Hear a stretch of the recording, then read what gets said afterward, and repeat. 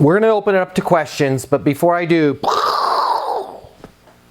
want to literally blow your mind, okay? And as of right now, as of this very moment, I think I'm the only sales coach on planet Earth that is going to tell you what I'm about to tell you, and that is this.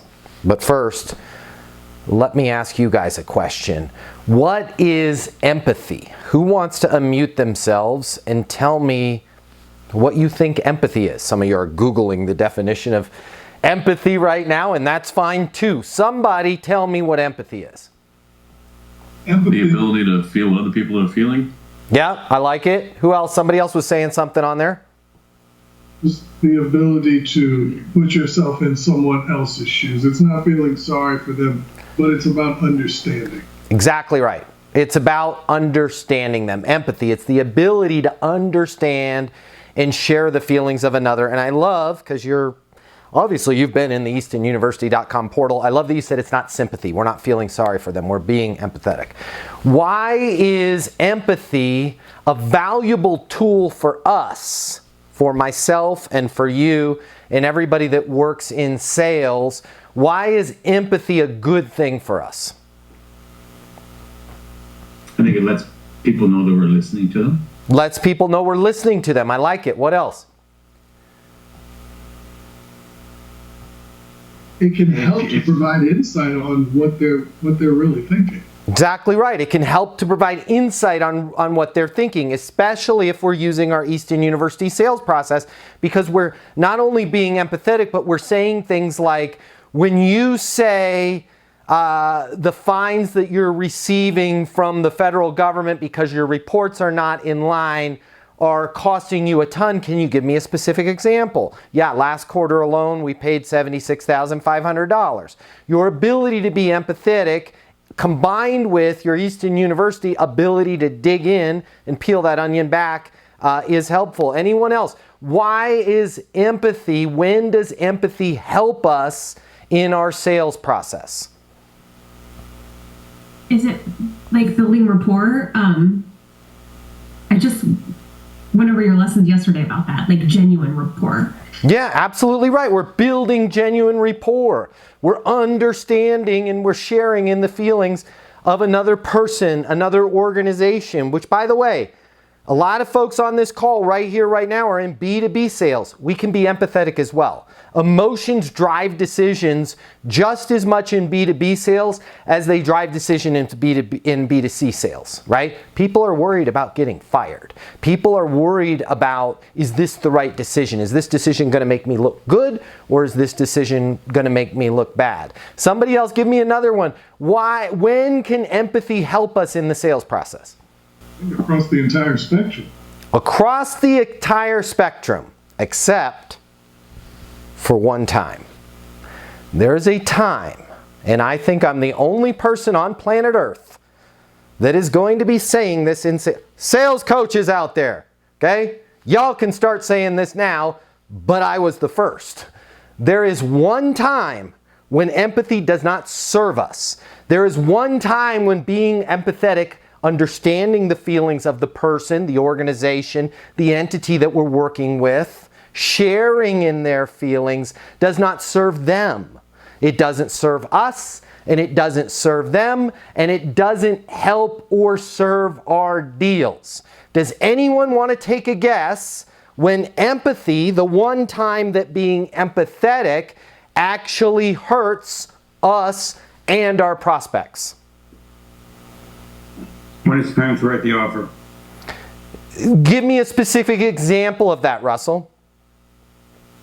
We have a deadline, they like the house, they're on the fence, they really want it, but they're sort of staring out into space. I like it. Anyone else? By the way, Russell is right there on top of, he gave a real estate example, but not everybody on the live coaching is in real estate.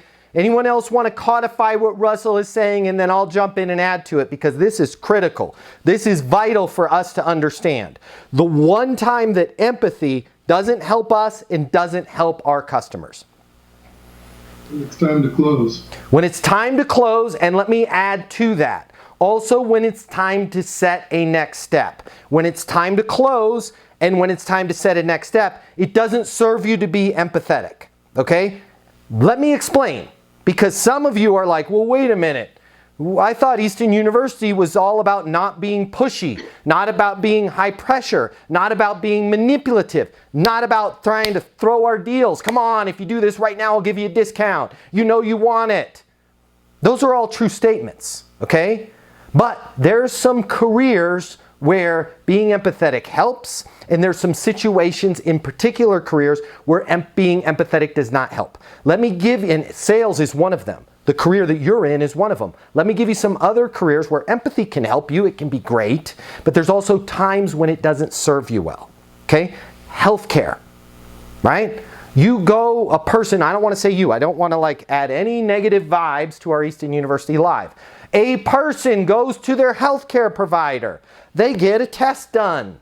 Test comes back, not so great. Maybe they're right on the precipice of T1D, type 1 diabetes. Maybe it looks like there's a lymphoma. Maybe it looks like there's some sort of cancer or high cholesterol or a heart condition. Okay? Great! Super serving to be empathetic when you are the healthcare provider that has to deliver that news. Not serving at all for both you, the provider, and more importantly, the patient on the other end of that news when that patient, when they go, hey, we got to get you in for some tests. We got to get on this right now. Does it make sense for us to get you into the MRI machine today? Okay? Every person, not every person, but just about every single person that gets delivered news like that wants to go home, freak out, crawl into their closet, cry a little bit, call their family, freak out a little bit more, crawl back into the closet, sit in silence for 2 weeks and hope that negative diagnosis goes away. Those 2 weeks could be the difference between them getting ahead of this problem and saving their life and them going the other direction and not having a life. If you're empathetic in healthcare, great, serves you. You're awesome. You've got a great bedside manner. But damn it, when it comes time to get that person into surgery or into the MRI tube or into the next steps of the test to diagnose the cancer, lymphoma, heart condition, type 1 diabetes that they have, you have to put empathy on the table and say, I've got this. Does it make sense for us to do this? Oh, no, not right now. I understand what you're going through. What's a good next step? You have to take control. Let me give you some other careers. Firefighter, first responder, there's smoke in the house. They are trained to be unempathetic when they find a child in a bedroom cowering in the corner covered in smoke, because most people, and I know this sounds crazy, but most people when they are in an environment like that tend to do the exact same thing. I want to hide. I want to cower away. I don't want to deal with this. I'm going to lock up. Firefighter needs to be unempathetic. Come on, kid, get on my shoulder. We're rolling. Let's rock. It's time to do this. They got to get that kid out of the house.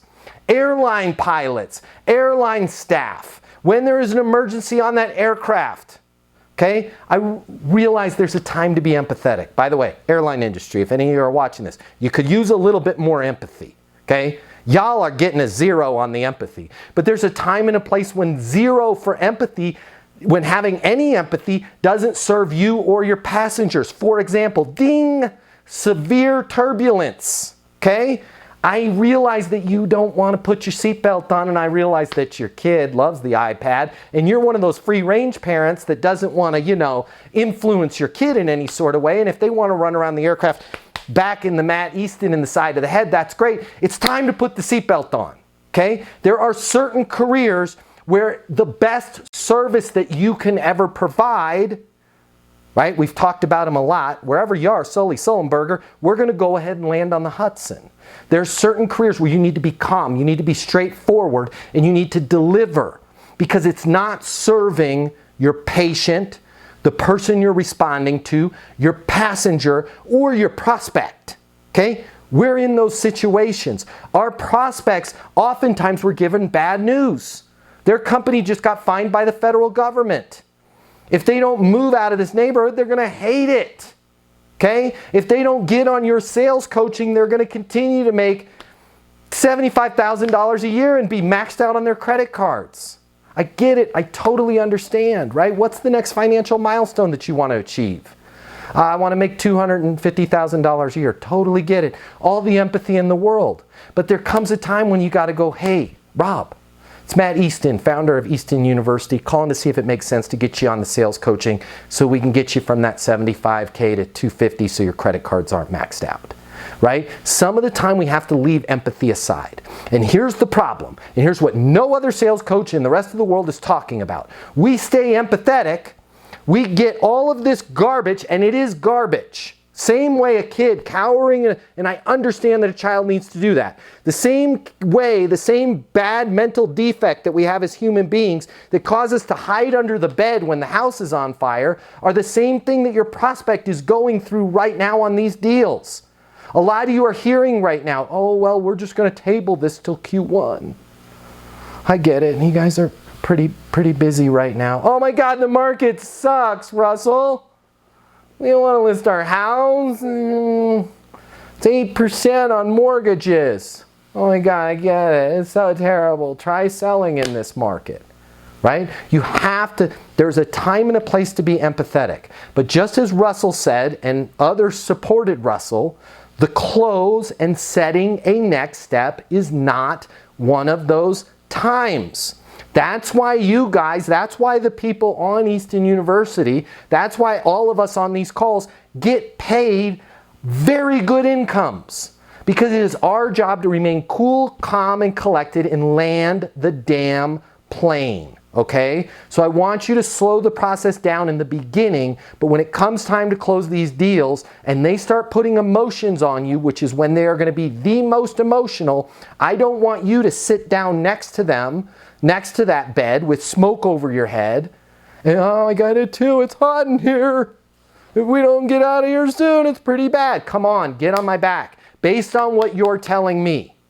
You guys cannot afford to have another application be sent over to your in-house development team, which they are overworked as it is. They're delivering. And with this particular reporting module, if you don't get the app up and running, you're looking at another $74,000 slap on the wrist from the federal government. I understand that you need to want to table this till Q1. I have a feeling that spending another $74,000 between now and January is not the right thing for the company. Okay, I will do everything to get this app set up, to get it installed, to get you guys up and running. I understand that you guys, that it's not a good time. Let me just level set with you. With the clients that I work with and the monster problems that we solve, it's never a good time. But we got to do this. Does it make sense for us to get you on the calendar right now, get the contract signed today, so I can start the install this week? Right? No. What's a good next step? Well, I don't know. I don't know either. That's why we had talked about it when we monetized this. One other fee is $74,000. Does it make sense to get this going this week? Well, I guess so. There's nothing forceful about that. You can be firm without being forceful. Okay? There's a huge difference to being totally empathetic and being firm. If you don't believe me, I want you to take a field trip to the children's hospital in your area and go sit by the reception desk. They are an excellent example of both being empathetic, but when it comes time to take action, the empathy goes out the window. Come on, little buddy, grab your wagon, give mom and dad a hug, right? It's serious. These people may never see their kid again, but they know, those professionals at Children's Hospital knows there's a time to lose the empathy because we got to get that kid into the OR like 10 minutes ago. And if we all sit around and cry and hug mom and dad, I'm going to have an emotional child that's going to be late for surgery and bad things are going to happen. You guys need to take that same level of detail and that same level of commitment and that same firmness when it comes time to saving your customers from themselves, saving your customers from their situations, okay? Realize, uncouple the empathy when it comes time to close or set a next step, okay? Does this make sense? Who has questions on this or anything else?